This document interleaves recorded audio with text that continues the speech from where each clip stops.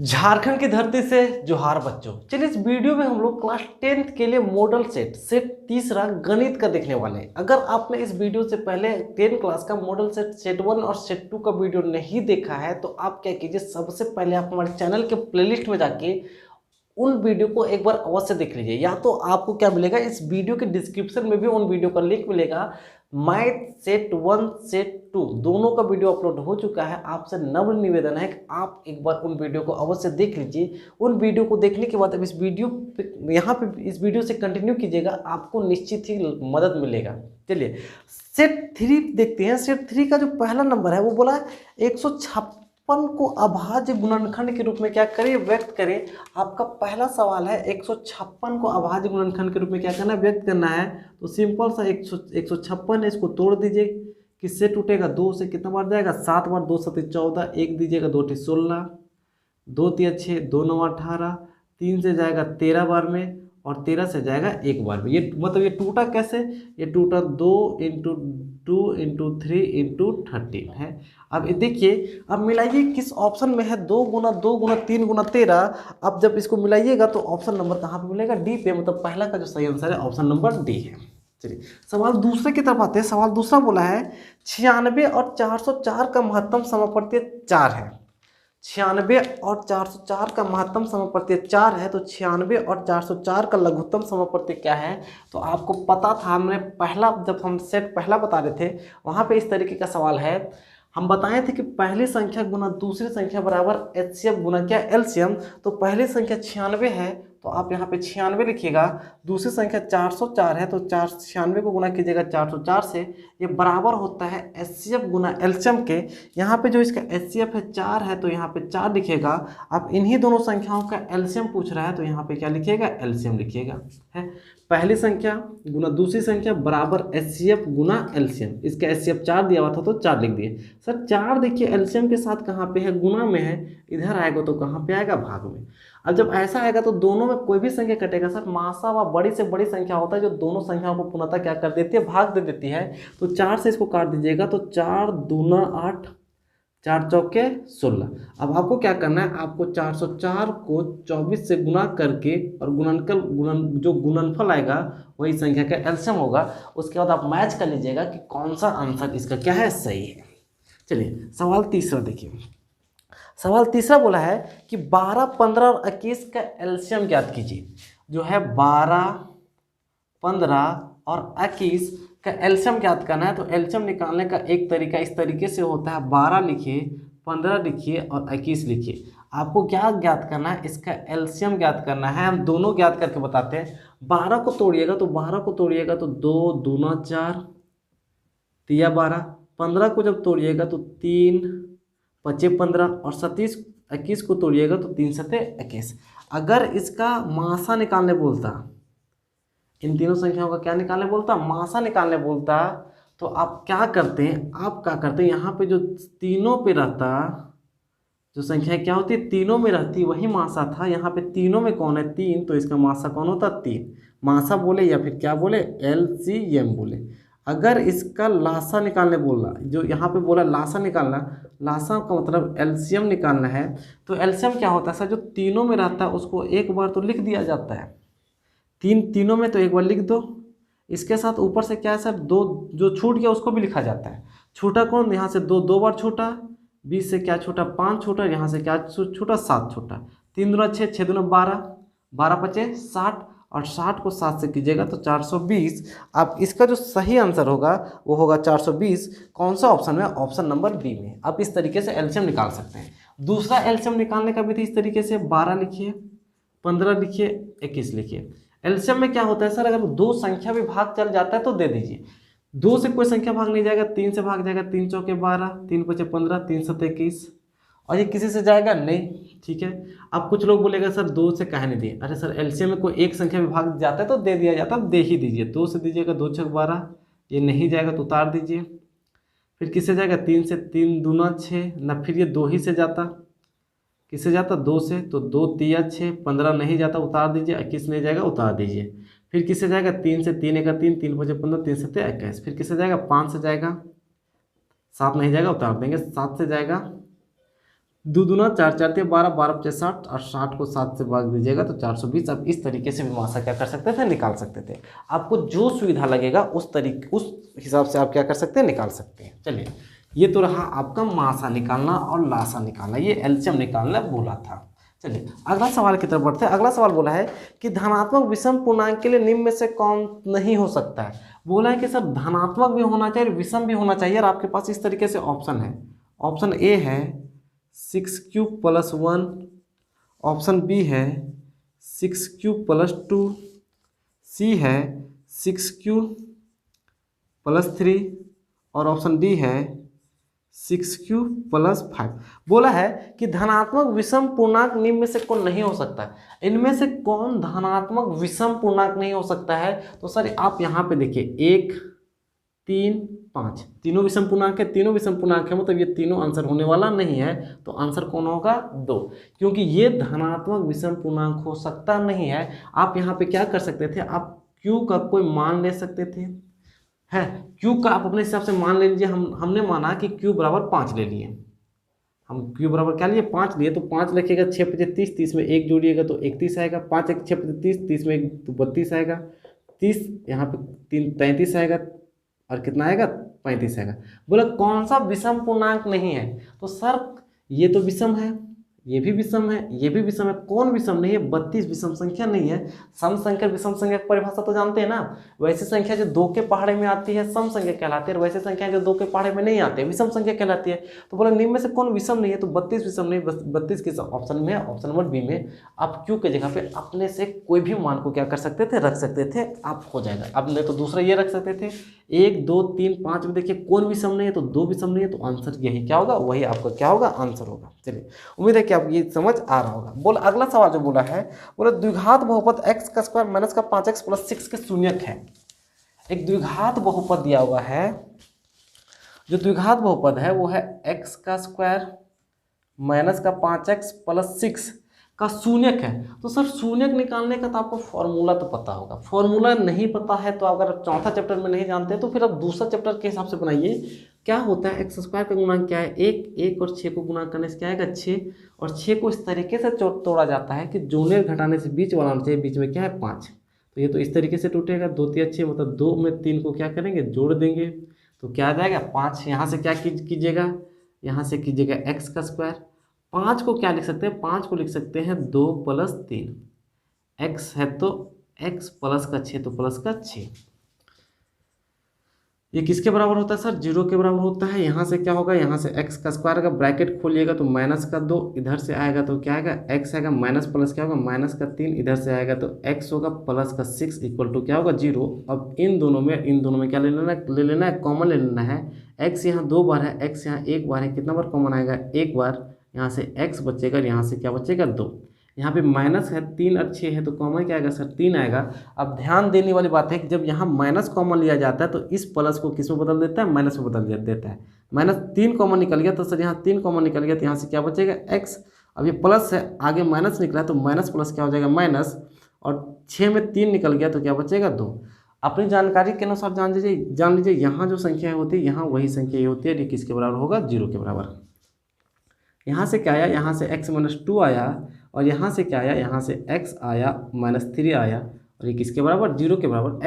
एक बार x - 2 0 के बराबर होगा, x - 2 किसके बराबर होगा, 0 के। x - 2 बराबर 0 मतलब x का मान 2 इधर माइनस उधर जाएगा तो प्लस में है। यहाँ पे x - 3 0 के बराबर होगा तो x का मान कौन, एक बार कौन होगा, 3। मतलब ऑप्शन नंबर वो होगा जो x का मान 2 और x का मान 3 है, मतलब जो इस सवाल का सही आंसर होगा ऑप्शन नंबर कौन सा होगा, सी होगा। ठीक है, अब इस तरीके से शून्य क्या कर सकते हैं, निकाल सकते हैं। इसमें जो सबसे ज़्यादा इंपॉर्टेंट है इस लाइन का है, यहाँ पे तोड़ना होता है।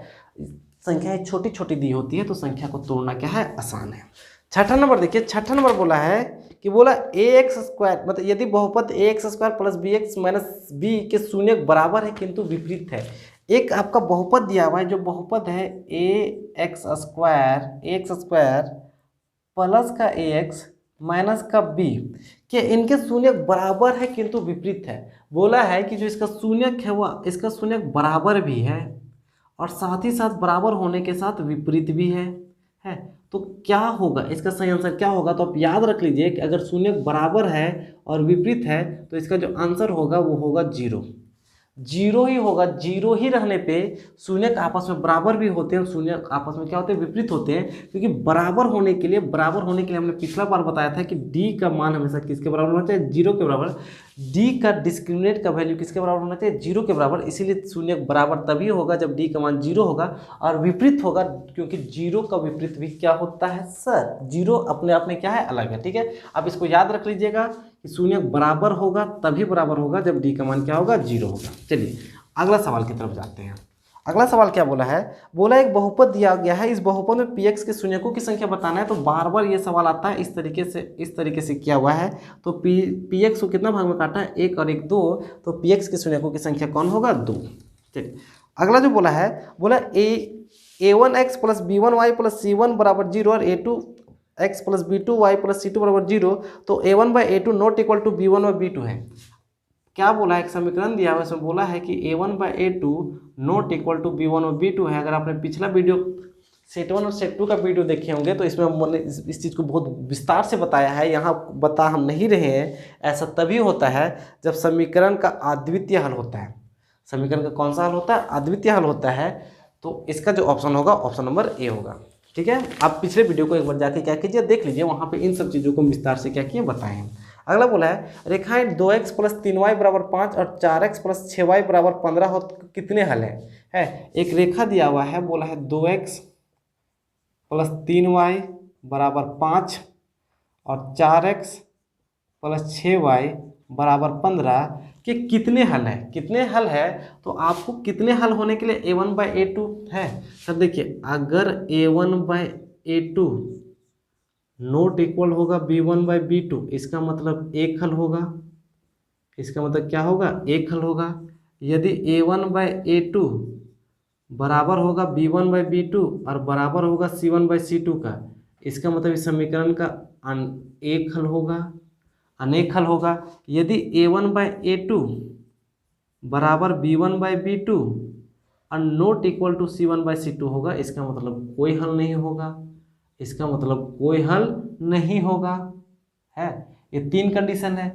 अब जरा देख लेते हैं a1/a2 किसके बराबर है। a1 का मान क्या है सर, 2, a2 का मान कितना है, 4, यहाँ क्या है 3, 6, उधर से क्या है 5, 15, 2 1 2, 2 दूना 4, 2 1 2, 2 दूना 4, यहाँ से क्या है 1/2, 3 1 3, 3 दूना 6, यहाँ से 1/2, 5 1 5, 5 3 15, यहाँ से 1/3, 1/2 और 1/2 तो आपस में बराबर होता है। a1/a2 बराबर b1/b2 है, लेकिन b1/b2 नॉट इक्वल टू क्या है, c1/c2 है। मतलब ये किस चीज़ को फॉलो कर रहा है, इस चीज़ को फॉलो कर रहा है। इसका मतलब है कि इस समीकरण का कोई हल नहीं होगा। ऑप्शन नंबर कौन सा है, ऑप्शन नंबर कौन सा होगा, सी। अब इन छोटी छोटी चीज़ों को क्या करते हैं, आसानी से आप समझ सकते हैं। इसमें किसी भी तरह का कोई रॉकेट साइंस वाला कोई बात नहीं है। अगला सवाल बोला है यदि रैखिक समीकरण युग्म असंगत है तो उनके द्वारा निरूपित होगी।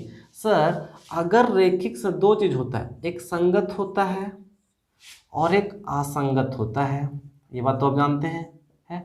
संगत होगा, संगत का दो कंडीशन है। संगत तब होगा जब a1/a2 not equal to b1/b2 होता है। एक और होता है कि a1/a2 बराबर b1/b2 और ये बराबर बस c1/c2 होता है, तब संगत होता है। इस कंडीशन में समीकरण का कितना हल होता है, समीकरण का एक हल होता है। समीकरण का कितना हल होगा, एक हल होगा। इसमें समीकरण का अनेक हल होता है। समीकरण का क्या होता है, अनेक हल। समीकरण का एक हल होने का मतलब है कि x का एक ही वैल्यू आएगा और y का कोई एक ही वैल्यू आएगा। इस कंडीशन में जब ग्राफ खींचेगा तो रेखाएं एक दूसरे से प्रतिच्छेद करेगी। इस कंडीशन में ग्राफ खींचेगा तो रेखाएं एक दूसरे के ऊपर रहेगी। असंगत तब होता है जब a1/a2 बराबर b1/b2 होता है, ये नॉट इक्वल टू c1/ क्या होता है, c2, तब रेखाएं असंगत होती है। और असंगत जब भी होगी तो जब भी आप ग्राफ खींचेगा तो ग्राफ में दोनों रेखाएं एक दूसरे के क्या होती है, समांतर होती है।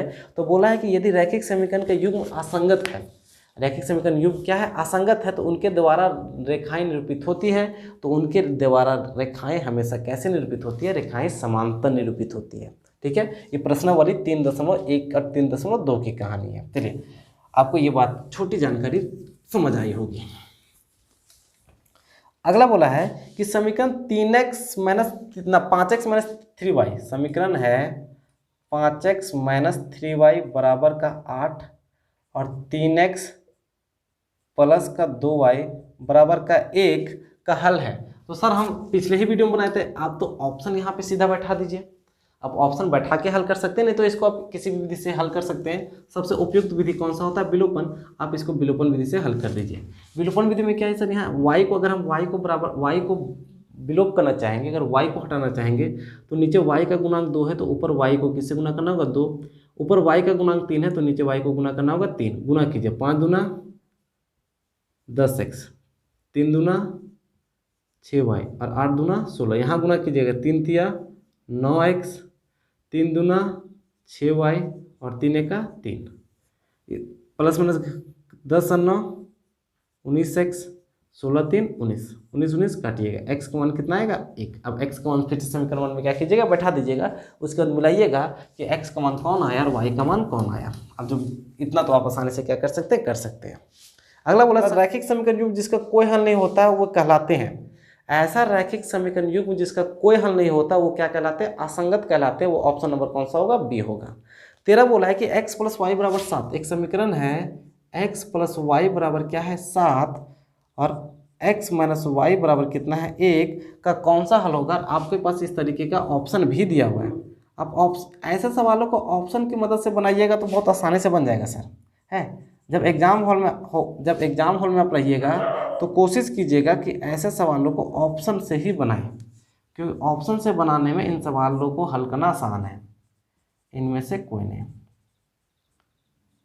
ठीक है, देखिए ये सब है। तो सर ये पहला वाला x का मान होता है, दूसरा वाला y का मान होता है। अगर x का मान 2 अगर y का मान 2 होगा तो यहाँ भी 2 को जोड़ने से 4 आता है, बराबर में क्या आना चाहिए? 7। मतलब पहला आंसर नहीं होगा।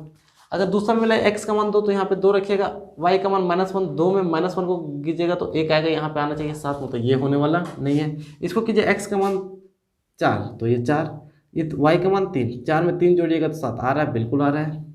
दूसरा भी समीकरण संतुष्ट होना चाहिए। इसका मान 4, इसका मान 3, 4 में 3 घटाइएगा 1, ये दोनों समीकरण को संतुष्ट कर रहा है। इसका मतलब ऑप्शन नंबर कौन सा होगा? सी। अब इस तरीके से क्या कीजिएगा? बना लीजिएगा। ऐसे सवालों को कोशिश कीजिएगा कि ऑप्शन से ही बनाए।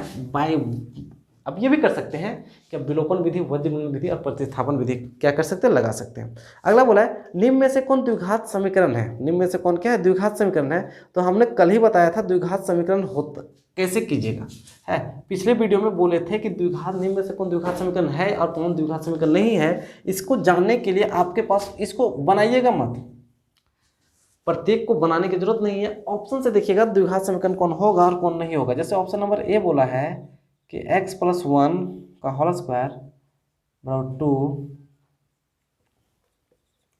बी है x प्लस 2 का होल स्क्वायर 2x, x का स्क्वायर माइनस का 1, सी है x का स्क्वायर 3x प्लस का 1 और डी है इनमें से कोई नहीं। इनमें से क्या? कोई नहीं।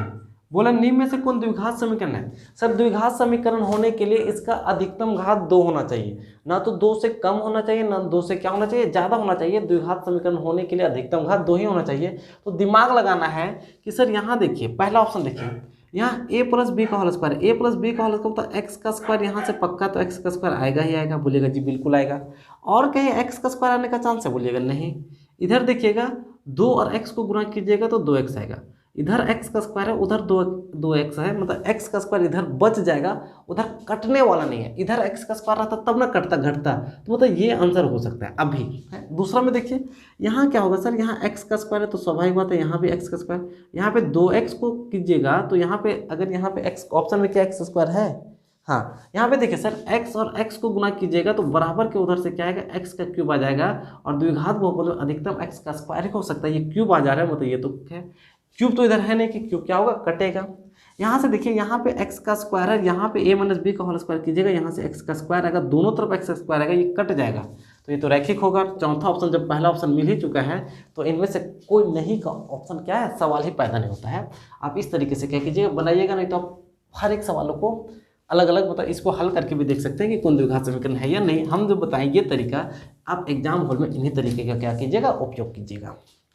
अगला बोला है कि यदि द्विघात समीकरण 3x² प्लस 4k माइनस 4 बराबर 0 का एक मूल 4 है तो k का मान ज्ञात कीजिए। k का क्या करना है, मान ज्ञात करना है। एक द्विघात समीकरण है, कौन है द्विघात समीकरण, बोला है 3x² प्लस का 4x माइनस का 4 इक्वल टू 0 का एक मूल 4 है। एक मूल 4 है का मतलब है एक मूल अल्फा होता है और बीटा होता है, तो एक मूल 4 है तो k का मान ज्ञात करना। सर मूल क्या होता है पता है?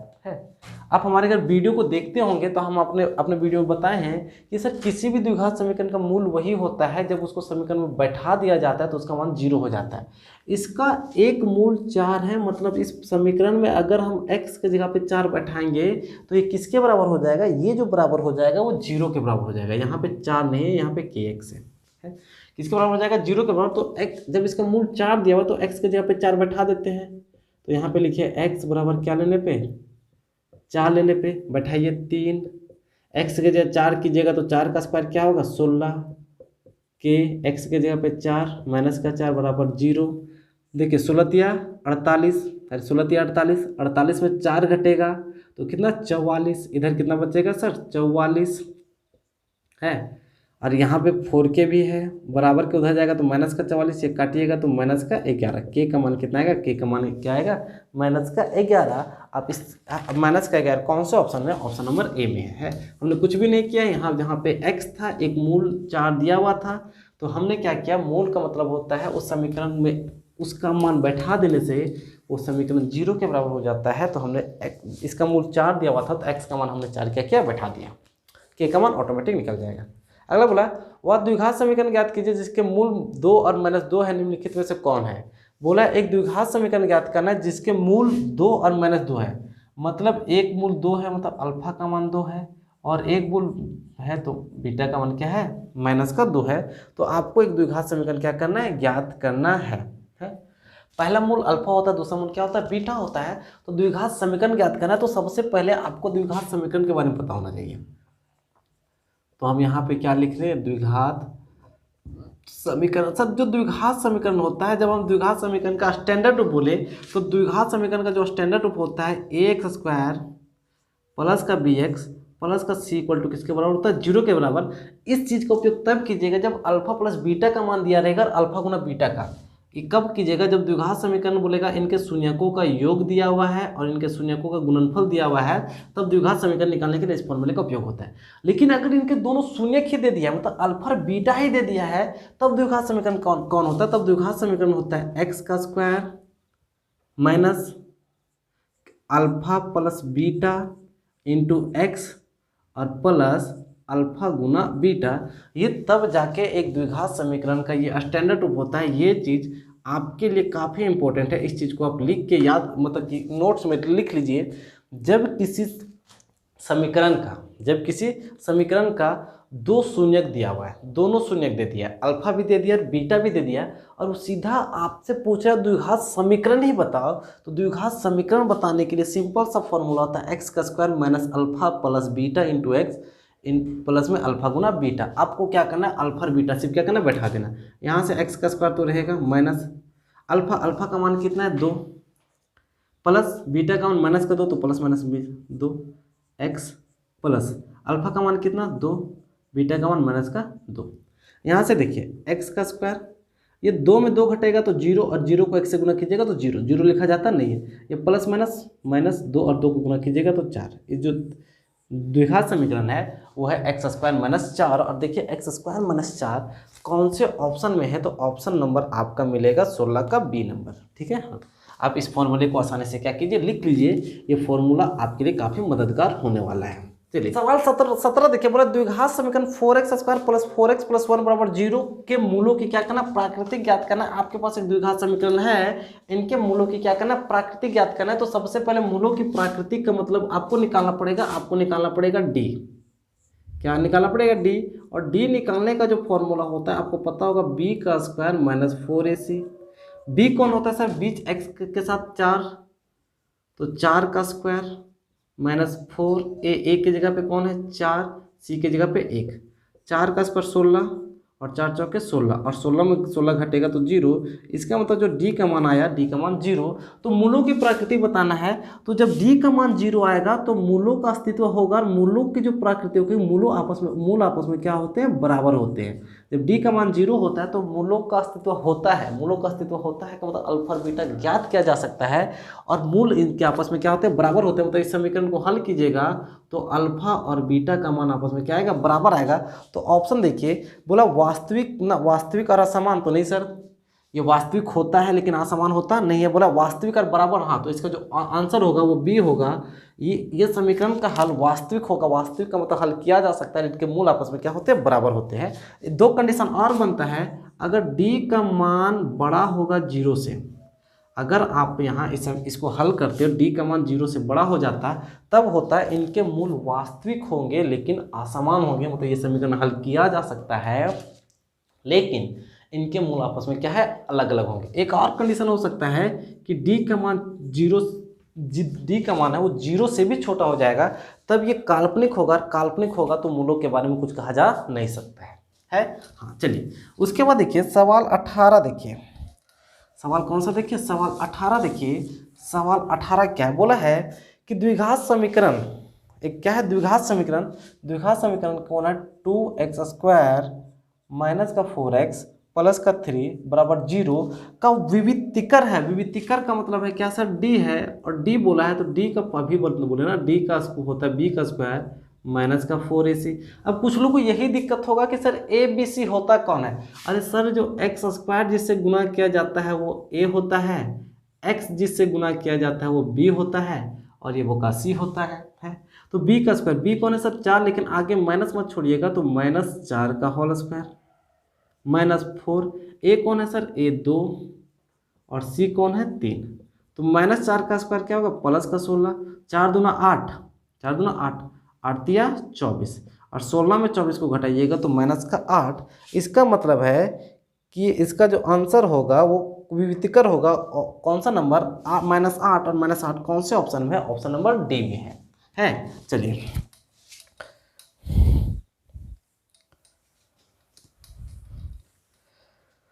19 नंबर, बोला एक द्विघात समीकरण ax² माइनस 4x प्लस 1 बराबर 0 के मूल समान है।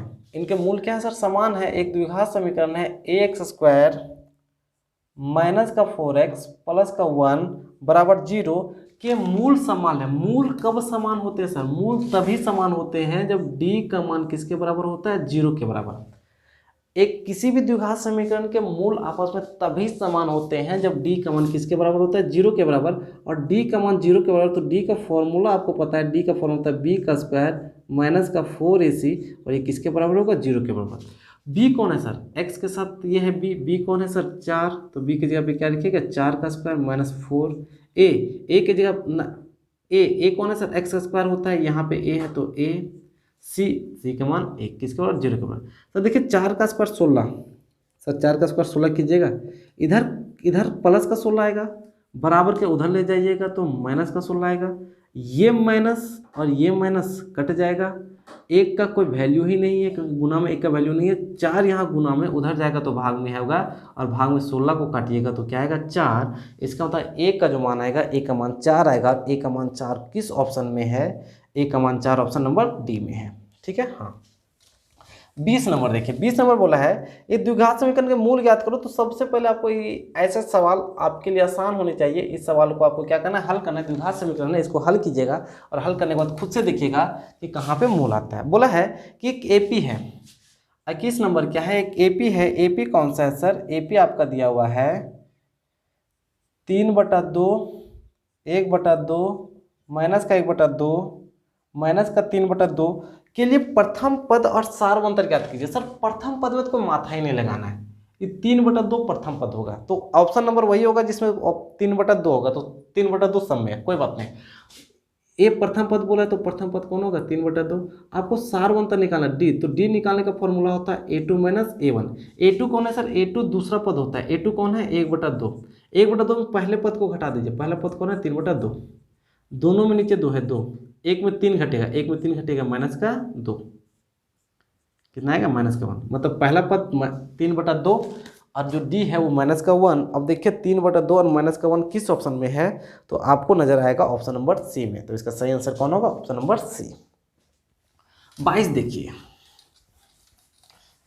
22 बोला है एक एपी है, फिर से एक एपी है 10,7,4 डॉट डॉट का 30वां पद है। पूछा है कि इसका 30वां पद है। तो सर 30वां पद है का 30वां पद है का मतलब 830 पूछ रहा है। 30वां पद मतलब क्या पूछ रहा है? 830। और 830 का फॉर्मूला आप जानते हैं, 830 है तो 30 में 1 कम 29, और इसको किससे गुना कर देना? डी से। ये चीज़ आप हमारे चैनल के प्लेलिस्ट में एपी के वीडियो जाके देखिए, इस चीज़ का बहुत विस्तार से क्या किया गया, व्याख्या किया गया है। ए पहला पद कौन है सर? 10 + 29। डी कॉमन डिफरेंट क्या है सर? 10 के बाद 7 आया, कितना घटा सर? 3 घटा, तो -3।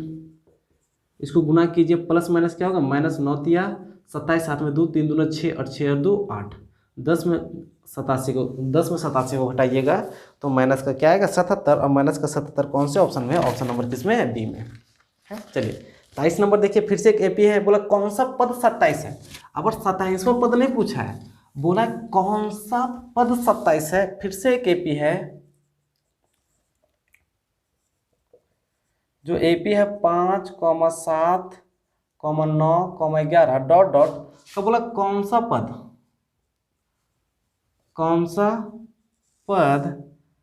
27 है। कौन सा पद क्या है? 27 है। तो आपको पद निकालना है, तो इसको मान लिया जाता है कि जो एनवा पद है, एनवा पद क्या है? 27 है। अब एन का फॉर्मूला आपको पता होगा, एन का फॉर्मूला होता है a + n-1 × d, और इसी का मान क्या होता है? 27। ए कौन है सर? 5, तो 5 n-1। डी कौन है सर? 5 के बाद 7 गया, कितना गया? 2 गया। अब यहाँ से देखिए, दिमाग लगाइए सर, 5 इधर प्लस में है, इधर 5 प्लस में है, उधर जाएगा तो क्या होगा? बराबर का उधर माइनस में जाएगा। 27 में 5 घटेगा तो क्या बचेगा? 22 है। 2 यहाँ पे किस में है सर? 2 यहाँ गुना में है। अरे सर इसके साथ गुना में, उधर जाएगा तो कहाँ सर? जब भाग में जाएगा, और 22 को 2 से भाग दीजिएगा तो 11 आएगा। अब गौर से देखिए, एक यहाँ पे क्या है? एक यहाँ पे माइनस में है, उधर जाएगा तो प्लस में होगा। 11 में 1 जोड़िएगा तो क्या आएगा? 12 होगा। इसका मतलब n का मान कौन सा होगा सर? 12। इसका कौन सा पद 27 है? तो 12 पद क्या है सर? 27 है। इस तरीके से आपको, सर ऑब्जेक्टिव का सवाल है ना, ऑब्जेक्टिव के सवाल में थोड़ा सा दिमाग एक्स्ट्रा लगाना पड़ता है। डिस्क्रिप्टिव में तो 1 बाय 1 लिखिएगा, हम ऐसा नहीं कि हम इन सवालों को 1 बाय 1 लिख नहीं सकते हैं, है हम सभी को 1 बाय 1 कर सकते हैं। लेकिन ऑब्जेक्टिव में क्या है? ऑब्जेक्टिव में थोड़ा शॉर्टकट भी मारा जाता है। आप जितना शॉर्टकट मार सकते हैं उतना ही आप ज़्यादा समझदार कहलाएंगे। अगला बोला है एक एपी है, एक एपी है, ठीक है भाई, एपी है तो एपी है, एपी है, एपी क्या है? 8, 3 - 2 के प्रथम 22 पदों का योग। बोला है कि प्रथम 22 पदों का योग ज्ञात करना है। इसका मतलब 22 पदों का योग ज्ञात करना मतलब ऐसे 22 ज्ञात करना है। आपको एसएन का फॉर्मूला पता होना चाहिए। एसएन का फॉर्मूला क्या होता है? n/2 × 2a + n-1 × d। ये एसएन का फॉर्मूला होता है। तो n के जगह पे क्या है सर? 22 है तो 22 रखिएगा, यहाँ पे 22 है तो यहाँ पे 22 रखिएगा, 22 का आधा कीजिएगा 2। ए की जगह पहला पद, ए की जगह पे कौन है? 8 प्लस n की जगह पे क्या रखें? 22 में 1 घटाइएगा तो 21, और 21 डी का मान कितना है सर? यहाँ पे 21 डी का मान कितना है? 8 से गया 5 तो डी का मान -5 है। काटिएगा तो कितना आएगा? 11, 8 दूना 16 प्लस माइनस 21 25 105 है। आप इसको 11, इसको यहाँ से घटाइएगा, घटाने से क्या कीजिएगा? गुना कीजिएगा। गुना करने के बाद जो आएगा वही आपका सही क्या होगा? आंसर होगा। है कैलकुलेशन तो आपको आता है सर, है। अगर जोड़ घटाव गुना भाग भी नहीं आता है तो आप क्लास 10th के विद्यार्थी हैं, थोड़ा सा अपने आप में ये की बात है, क्या बात है आप समझ सकते हैं। अगला बोला है कि समान भुजाओं वाले सभी बहुभुज समरूप होते हैं यदि उनकी संगत भुजाएं। बोला समान भुजाओं वाले सभी बहुभुज समरूप होते हैं यदि उनकी संगत भुजाएं। समरूप तभी होता है जब उसकी संगत भुजाएं क्या होती है सर? समानुपाती होती है। आपको पता होगा कि समान भुजाएं वाले सभी त्रिभुज समानुपाती होती है, सभी त्रिभुज समरूप होती है यदि उनकी संगत भुजाएं समानुपाती और उनके कोण, संगत कोण आपस में क्या होते हैं? बराबर होते हैं। सर समरूप बोल रहा है क्या बोल रहा है, समरूप बोल रहा है। तो समरूप की कंडीशन में याद रखिएगा कि आकृति त्रिभुज हो या आकृति चतुर्भुज हो, उसके जो भुजाओं है, जो भुजाएं हैं, क्या है सर, भुजाएं हैं, समरूप होने के लिए भुजाएं होती हैं उसकी समानुपाती। भुजाएं क्या होती है, समानुपाती। और समरूप होने के लिए जब कोण बोलेगा तो उनके कोण होते हैं आपस में बराबर। कोई भी आकृति चाहे त्रिभुज हो चतुर्भुज हो, वो बराबर होगी जब उसकी भुजाएं समानुपाती होगी और उसके कोण क्या होंगे, बराबर होंगे, तब जब बात करेगा समरूप का। तो यहाँ बोला कि समान भुजाओं वाले सभी बहुभुज समरूप होते हैं यदि उनकी संगत भुजाएं क्या होगी, समानुपाती होगी। 26 देखिए, 26 सवाल है, बोला आकृति इस तरीके से आपका दिया हुआ है। ऐसा सवाल हर एक सेट में है सर, है कुछ सवाल है हर एक सेट में है। तो आप पहला सेट को देखिए, आप उसके बाद हर बार बना लीजिएगा। है बोला आकृति में AD का मान 1 है, ठीक है भाई, AD का मान 1 है, DB का मान 1.5 है, DB का मान 1.5 है, इसका मान AE का मान 2 है, EC का मान 4 है, EC का मान क्या 4। निम्न में से कौन सा कथन सत्य है सर, इनमें से कौन सा कथन क्या सत्य है, आपको ये क्या करना है, बताना है। देखिए इसका क्या रेशियो बराबर, यहाँ से 1 है, यहाँ से 1.5 है, बराबर यहाँ से 2 है या 4 है। यहाँ से पॉइंट हटेगा तो वहाँ पे 0 जाएगा, 5 दूना 10, 5 या 15, ये 2/3 आएगा, है, वहाँ से 2 बटा क्या आएगा, 4 आएगा। क्या ये आपस में बराबर है, तो आपस में बराबर नहीं है। इसका मतलब है इसका जो आंसर, ये क्वेश्चन को सही से सेट किया नहीं है, सही से सेट किया नहीं है, और बोल दिया है कि DE है, वो DE है, वो समांतर है। समांतर कौन है, BC के। सर DE समांतर BC होने के लिए इसका अनुपात और इसका अनुपात आपस में बराबर होना चाहिए, अनुपात आपस में बराबर नहीं हो रहा है। इसका मतलब जो इसका आंसर होगा, ये आंसर D होगा। इनमें से कोई नहीं हो सकता है कि सर यहाँ पे डिजिट को लेने में ये थोड़ा सा क्या किया, गलती किया है। सेट करने वाले से, क्वेश्चन को सेट करने वाले से कहीं ना कहीं थोड़ी सी क्या हुई, मिस्टेक हुई है। क्योंकि अगर यहाँ देखिए 2 का दुगुना किया 4 आया ना सर, यहाँ पे दुगुना किया तो सर 1 का दुगुना करने से यहाँ 2 ही देना चाहिए था इसको, लेकिन 1.5 दिया है। अधिकांश में यहाँ 2 होना चाहिए। अगर यहाँ पे 2 होता तब इसका रेशियो आपस में बराबर होता, तब ऑप्शन होता DE समांतर कौन, BC। इसका जो सही आंसर है इनमें से कोई नहीं, क्योंकि ये सवाल थोड़ा सा क्या किया गया सर, गलत सेट किया हुआ है। ये थेल्स पर में था सर, कौन सा पर में था, थेल्स पर में है। अगला बोला है समरूप त्रिभुजों की संगत भुजाएं, और फिर से वही सवाल है, सब समरूप त्रिभुजों की संगत भुजाएं समानुपाती होती है। अगला बोला है कि त्रिभुज ABC और PQ में कौन सा कथन सत्य है। तो आप गौर से देखिए, इनमें से कौन सा कथन सत्य होगा, क्या त्रिभुज समरूप होंगे या त्रिभुज समरूप नहीं होंगे। तो आपको बताना है कि त्रिभुज समरूप है या त्रिभुज समरूप नहीं है। 28 थोड़ा सा गौर से देखिएगा, 28 हम थोड़ा आराम से बता रहे हैं। 28 इस तरीके से एक त्रिभुज बनाया गया है, यहाँ A है, यहाँ B है, यहाँ C है। इसका मान है 3.8, इसका मान है 3√3, इसका 6 है। यहाँ पे कोण 80 है, कोण 60 है। Very good. अगला बार इस तरीके से आकृति बनाया हुआ है, यहाँ पे P है, Q है और ये R है। यहाँ पे 6√3 है, यहाँ 7√6 है और यहाँ 12 है। यहाँ क्या है, 12 है। तो बोला है कि त्रिभुज समरूप होगा। ठीक है, चारों ऑप्शन समरूप दिया है, लेकिन कैसे, क्या हम ABC समरूप लिख दें, RPQ है ऐसा लिख दें, या फिर थोड़ा सा सोचना पड़ेगा, थोड़ा सा त्रिभुज को घुमा के देखना पड़ेगा कि कौन किसके बराबर है। कौन क्या है, किसके बराबर, जरा गौर से देखिए कौन किसके बराबर होगा। है देखिए सर, यहाँ 6 से दुगुना किया 12, वेरी गुड, 6 से दुगुना 12 किया है। यहाँ पे देखिए 3.8 है, तो इसका दुगुना यहाँ पे होना चाहिए, लेकिन इसका दुगुना यहाँ पे नहीं है, इसका दुगुना यहाँ पे है। मतलब इस आकृति को इस तरीके से फोल्ड करना पड़ेगा, इस आकृति को इस तरीके से क्या करना पड़ेगा सर, इस तरीके से बदलना पड़ेगा। P जो यहाँ है, P को पकड़ के यहाँ ले जाना पड़ेगा। जब P को पकड़ के यहाँ ले जाइएगा तो Q आपको Q यहाँ बचेगा। अरे सर P यहाँ था, P यहाँ था, पकड़ के हम इसको पकड़ के वहाँ ले गए, तो जब पकड़ के यहाँ ले गए, P यहाँ था, पकड़ के वहाँ ले जाएंगे तो P यहाँ आ जाएगा है, और Q यहाँ आ जाएगा। ये R यहाँ था तो R यहीं रहेगा है। देखिए PQ का मान कितना था, PQ का मान 12 था, तो PQ का मान 12 बिल्कुल। यहाँ देखिए PR का मान 6.3 था, यहाँ पे देखिए PR कहाँ है, PR यहाँ पे है, यहाँ पे 6.3, तो ये 6√3। और QR देखिए आर क्यू आर का मान 7.6 था, 7.6 है। इस फिगर को इस तरीके से किए और इस तरीके से, अब इस तरीके से कीजिए। अब इसका और इसका जो जोड़ी मिलेगा वो इसके साथ मिलेगा। कैसे? इसका इस भुजा 6 है, इसका दोगुना यहाँ किया 12। Very good.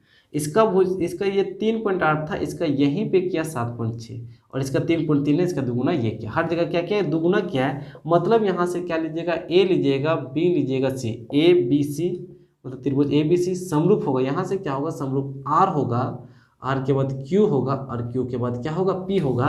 ये त्रिभुज ए बी सी समरूप होगा आर क्यू पी के, आर क्यू पी के।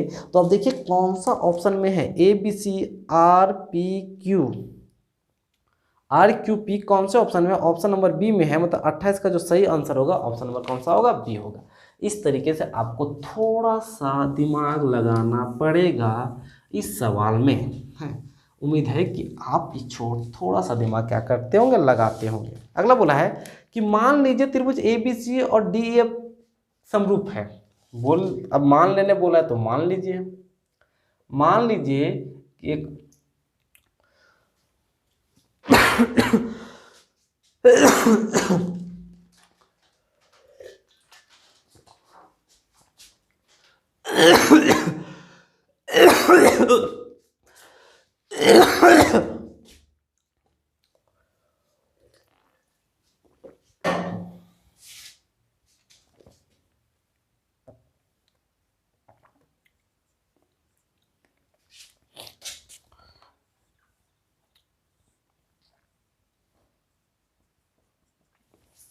क्या बोल रहा है? बोला मान लीजिए त्रिभुज ए बी सी समरूप है डी ई एफ के। अब मान लीजिए त्रिभुज ए बी सी है, ये समरूप है त्रिभुज डी ई एफ के। ठीक है। बोला इनके क्षेत्रफल क्रमशः 64 और 121 है। इसका क्षेत्रफल कितना है? 64 और इसका क्षेत्रफल कितना है? 121 है। और बोला ई एफ बराबर, ई एफ कौन है? ये है। ई एफ बराबर है 15.4 है। तो बोला बी सी बोल रहा है तो बी सी बराबर एक्स। बी सी निकालना है तो बी सी को क्या मानिए? एक्स। आपको पता होगा कि किन्हीं भी दो समरूप त्रिभुजों का जो क्षेत्रफल होता है वो इनके संगत भुजाओं के अनुपात के क्या होता है? बराबर होता है। आपने समरूपता पद में पढ़ा है। जब समरूपता पद में पढ़ा है तो इनके भुजाओं के स्क्वायर के बराबर होता है। इनका भुजा कौन है? B C. और जब यहाँ बी सी लिए तो यहाँ पे कौन होगा? यहाँ पे ई एफ होगा। इसके स्क्वायर के बराबर हमेशा इसका क्षेत्रफल होता है। तो इसका क्षेत्रफल कितना है? 64। तो यहाँ पे 64 और इसका 121 तो 121। बी सी का मान कौन है सर? एक्स। तो यहाँ पे एक्स रखिएगा। ई एफ का मान 15.4 है तो यहाँ पे 15.4 रखिएगा। स्क्वायर हटेगा तो उधर रूट जाएगा और जब रूट जाएगा तो 64 किसका है? 8 का और 121 किसका है? 11 का। यहाँ से काट दीजिएगा। 11 एका 11 पॉइंट 11 चौके 44 है। अब क्या होगा? तिरछा गुना एक्स को 1 से गुना कीजिए एक्स और 8 चौके 32, 8 एका 8 और 3 11 पॉइंट के बाद है 11.2। तो इसका जो सही आंसर होगा वो 11.2 कौन से ऑप्शन में होगा? ऑप्शन नंबर बी में। इस सवाल को बनाने से पहले आपको समरूपता पर में क्या करना होगा? आना पड़ेगा। आप समरूपता पर में आपको पता होना चाहिए। अगर आप समरूपता पर में पता है आपको तब ये क्या कीजिएगा? जान जाइएगा। अगर नहीं पता है तो ये सवाल समझना आपके लिए अभी थोड़ा काफ़ी क्या है? मुश्किल है। चलिए अगला बोला है एक समबाहु त्रिभुज की भुजा 20 सेंटीमीटर है। तो बोला इसके शीशलम की लंबाई बताना है। तो स्वाभाविक बात है, एक समबाहु त्रिभुज है। समबाहु त्रिभुज किसको कहते हैं? वैसा त्रिभुज जिसका सब भुजा आपस में बराबर है। तो ये भी 20, ये भी 20, ये भी 20। तो बोला इसके शीशलम की लंबाई ज्ञात करो। तो शीशलम होता है कि सर एक समूह भुजा से सामने जो लंब डाला जाता है ये शीशलम होता है। और आपको हम बता देते हैं कि शीशलम निकालने का एक सिंपल सा फॉर्मूला है। इसकी प्रत्येक भुजा को ए माना जाता है। ठीक है। तो शीशलम जो निकालने का फॉर्मूला है वो होता है √3/2 ए। ये फॉर्मूला भी याद रख लीजिएगा। किसी भी समबाहु त्रिभुज के जो शीशलम निकालने का जो फॉर्मूला होता है वो √3/2 ए होता है। और ए का मान कितना है? ए का मान यहाँ 20 है। भुजा कितना दिया हुआ है? 20। तो यहाँ पे रख देंगे 20 और 2 एका 2, 2 दही के 20। 10 को √3 से गुना कीजिएगा तो 10√3। इसका जो शीशलम होगा वो 10√3 होगा। और 10√3 किस ऑप्शन में है? ऑप्शन नंबर ए में। इसका मतलब सही आंसर कौन होगा? Option number A. शीशलम निकालने का फॉर्मूला याद रखिए लीजिए। किसी भी समबाहु त्रिभुज का जो शीशलम होता है वो √3/2 ए होता है। आप इन सब चीज़ों को अपने नोट्स कॉपी में कहीं अच्छे से लिख के क्या कर दीजिए? रख लीजिए। ये आने वाले समय में भी आपके लिए काफ़ी मददगार होने वाला है। अगला बोला है त्रिभुज ABC में AB बराबर 12, AC बराबर 13, BC बराबर 5, तो B बताना। हम बोले जितना भी एंगल निकालने बोलेगा, जहाँ एंगल निकालने बोला वो एंगल 90 ही डिग्री होगा सर। एक त्रिभुज ABC है तो ABC होगा, ये पाइथागोरस ट्रिपलेट को ही संतुष्ट कराता है। एक त्रिभुज ABC है, ABC में क्या बोला है, बोला AB का मान 12 है तो ठीक है, AB का मान 12 है, AC का मान 13 है तो 13 है और इसका मान 5 है। अरे सर ये अब क्या पाइथागोरस ट्रिपलेट नहीं है? अरे सर 13 का जब स्क्वायर कीजिएगा तो 169 आएगा, बोलेगा बिल्कुल। 12 का स्क्वायर क्या 144 आता है, 5 का स्क्वायर 25, क्या इन दोनों का स्क्वायर करके जोड़ देने से क्या ये नहीं आता है? बोल बिल्कुल आता है। जब ये आता है तो ये कर्ण होगा, कर्ण के सामने कितना डिग्री होगा, 90 डिग्री। एंगल बी पूछा, जब भी आपको बी पूछेगा, जब भी कोई एंगल पूछेगा आपके एग्जाम में, तो आप याद रखिएगा वो हमेशा एंगल 90 ही होगा, क्योंकि एंगल 30, 40, 50, 60, 70 निकालना आपकी बस की बात फिलहाल नहीं है, क्योंकि आपको वो पढ़ाया नहीं गया है। तो एंगल ठीक है, एंगल कितना होगा, एंगल 90 होगा। 32 बोला है वृत्त को दो बिंदुओं पर प्रतिच्छेद करने वाली रेखा को क्या कहते हैं? अगर एक वृत्त है और वृत्त को कोई दो बिंदु पर प्रतिच्छेद करता है तो इसको क्या कहते हैं? इसको कहते हैं छेदक रेखा है। वृत्त को एक बिंदु पर प्रतिच्छेद करने वाले को स्पर्श रेखा और वृत्त के दो बिंदुओं पर प्रतिच्छेद करने वाले को छेदक रेखा है। प्रत्येक सेट में ये सब सवाल है। अगला बोला है 10 सेंटीमीटर त्रिज्या वाले वृत्त के दो समांतर स्पर्श रेखाओं के बीच की दूरी है। 10 सेंटीमीटर त्रिज्या वाला है सर, एक वृत्त है त्रिज्या कितना सेंटीमीटर है, 10 सेंटीमीटर है। बोला इन दो समांतर रेखा है, तो सर हम दो समांतर रेखा खींच लेते हैं। एक समांतर रेखा स्पर्श यहाँ एक, ये इस तरीके से 10 सेंटीमीटर त्रिज्या के वृत्त के दो समांतर स्पर्श रेखा के बीच की दूरी, दो समांतर स्पर्श रेखा है, इनके बीच की दूरी। अरे सर कितना है, त्रिज्या कितना 10 है सर। यहाँ केंद्र है तो यहाँ से यहाँ कितना होगा सर, 10 होगा। और ये केंद्र है तो ये भी तो है सर, यहाँ से यहाँ भी तो कितना होगा, 10। और इन दोनों के बीच की दूरी यहाँ से यहाँ पूरा होगा, और 10 और 10 कितना होगा सर, 20। इनके बीच की दूरी कितना होगा, इनके बीच की दूरी 20 सेंटीमीटर होगा। और ये ऑप्शन नंबर कौन सा है, बी में। ये थोड़ा सा अच्छा सवाल है। अच्छा सवाल मतलब कि थोड़ा सा नया था, थोड़ा सा क्या था, नया था। बाकी बात हर सेट में तो वही पुराने सवाल हैं। अगला बोला है यदि एक बिंदु P से O केंद्र वाले किसी वृत्त पर, ठीक है भाई, एक वृत्त बोला है तो ठीक है, एक वृत्त बनाते हैं। यदि एक बिंदु P से O केंद्र वाले वृत्त पे PQ और PB स्पर्श रेखा है।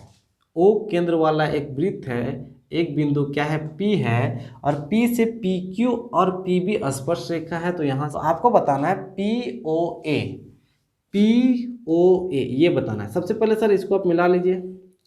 सर यहाँ 90 होता है, यहाँ 90 होता है, 90 90 180, इन दोनों को जोड़ के भी 180 आना चाहिए। 180 मतलब यहाँ पे कितना बनेगा, 110। अब जब इसको दो बराबर भाग में बांटिएगा तो ऊपर वाला नीचे वाला त्रिभुज क्या होता है, सर्वांगसम होता है। तो 110 को दो बराबर भाग में बांटिएगा तो ऊपर भी 55 और नीचे भी 55। बोला POA, तो POA कितना होगा, 55 डिग्री। 55 डिग्री कौन सा ऑप्शन में है, ये 55 डिग्री तो ऑप्शन है ही नहीं है। में एक दिए हुए एक बिंदु पे कितनी स्पर्शिका हो सकती है, किसी बिंदु पे, किसी क्या बिंदु पे एक दिए हुए भाग पे कितनी स्पर्शिका हो सकती है? तो सर किसी भी वृत्त पे एक बिंदु से सिर्फ कितना स्पर्शिका हो सकता है, एक ही स्पर्शिका हो सकता है। बोला अगला बोला है इस मतलब 35 का जो सही आंसर होगा, 35 का सही आंसर कौन होगा, एक, क्योंकि ऑप्शन नंबर ए होगा। अगला बोला है 90 केंद्रीय कोण और 8 त्रिज्या वाले त्रिज्या खंड का क्षेत्रफल होता है। तो सर त्रिज्या खंड का क्षेत्रफल तो जानते हैं, त्रिज्या खंड का क्षेत्रफल होता है θ/360 πr²। तो बोला है कि 90 डिग्री केंद्रीय कोण होना चाहिए, तो थीटा की जगह पे क्या कीजिए 90 और 90 और काटिएगा 360 को तो 1/4 आएगा, यहाँ से πr² आएगा। 1/4 πr² किस में है, तो 1/4 πr²। यहाँ पे एक नहीं भी लिखिएगा तो कोई बात नहीं, πr²/4 ऑप्शन नंबर किस में है, ऑप्शन नंबर बी में है। तो इसका सही आंसर कौन होगा, ऑप्शन नंबर बी। अगला बोला है वृत्त की त्रिज्या का मान 7 सेंटीमीटर है, तो सबसे बड़ी जीवा का मान बताना है। बोला वृत्त की त्रिज्या का मान 7 सेंटीमीटर, वृत्त की त्रिज्या कितना है, 7 सेंटीमीटर। तो सबसे बड़ी जीवा कौन होता है, तो एक बात याद रख लीजिएगा, ये नोट के तौर पे आप याद रख लीजिए, है किसी भी वृत्त की जो सबसे लंबी जीवा होती है वो वृत्त की व्यास होती है। किसी भी वृत्त की जो सबसे लंबी जीवा होती है वो वृत्त की क्या होती है, व्यास होती है। जब त्रिज्या 7 है तो व्यास कितना होगा, 7 और 7 के मिलके 14। तो सबसे बड़ी जो व्यास होगी ना, सबसे बड़ी जो जीवा होगी वो व्यास होगी, व्यास कितना होगा, 14। तो इसका सही आंसर होगा 14, ऑप्शन नंबर कौन सा, डी। अगला बोला है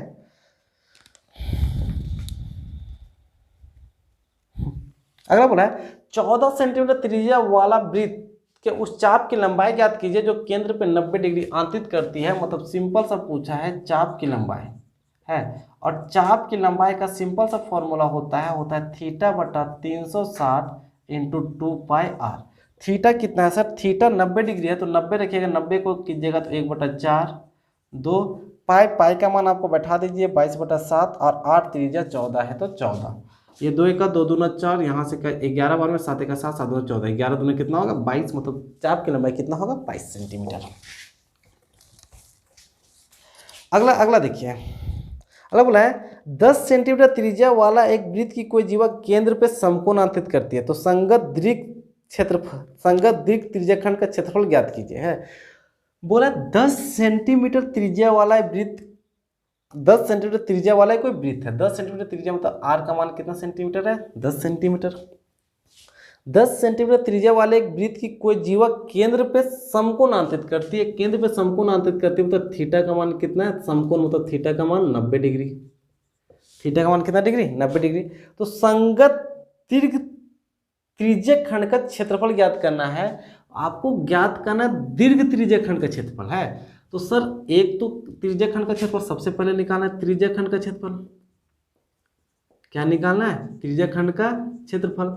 तो त्रिज्याखंड कितना तरह का होता है, त्रिज्याखंड 2 होता है, एक लघु होता है और एक दीर्घ होता है। तो सर लघु निकालने के लिए लघु कोण लीजिएगा और दीर्घ निकालने के लिए दीर्घ कोण लीजिएगा। अगर लघु निकालना होगा तो थीटा का मान 90 लीजिए, दीर्घ निकालना होगा तो पूरा 360 बनता है, 360 में 90 होगा तो थीटा का मान 270 रखिएगा। है दीर्घ निकालने के लिए आप सिंपल सा रखिए थीटा बटा 360, त्रिज्याखंड का क्षेत्रफल हो तो पाई स्क्वायर, थीटा की जगह पे क्या रखिएगा 270, 360, पाई का मान 22/7, आर स्क्वायर 10 गुना 10। इसको हल कीजिएगा, जो जहाँ पे पहुँचेगा वही आपका सही क्या होगा, आंसर होगा। ठीक है।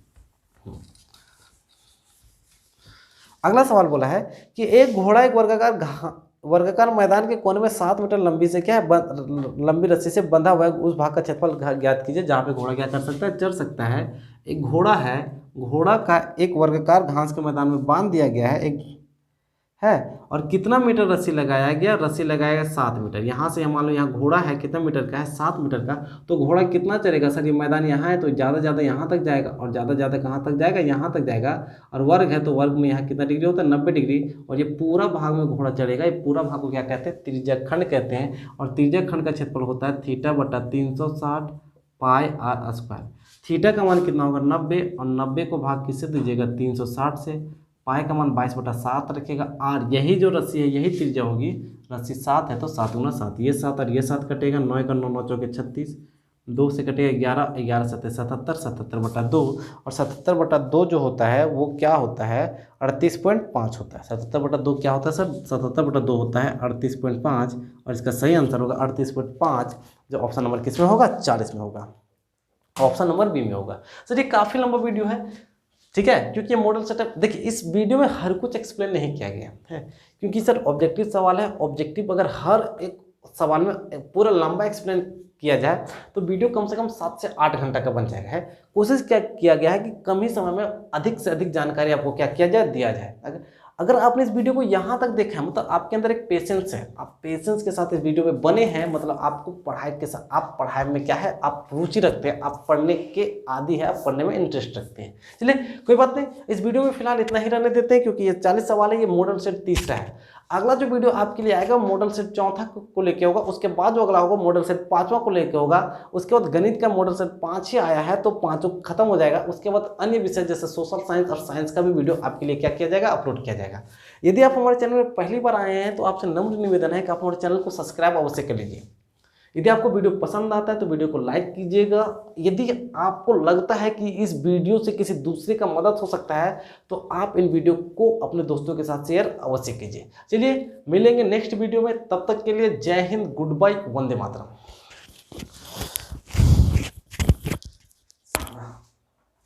ये वीडियो था, ये भी 1 घंटा 3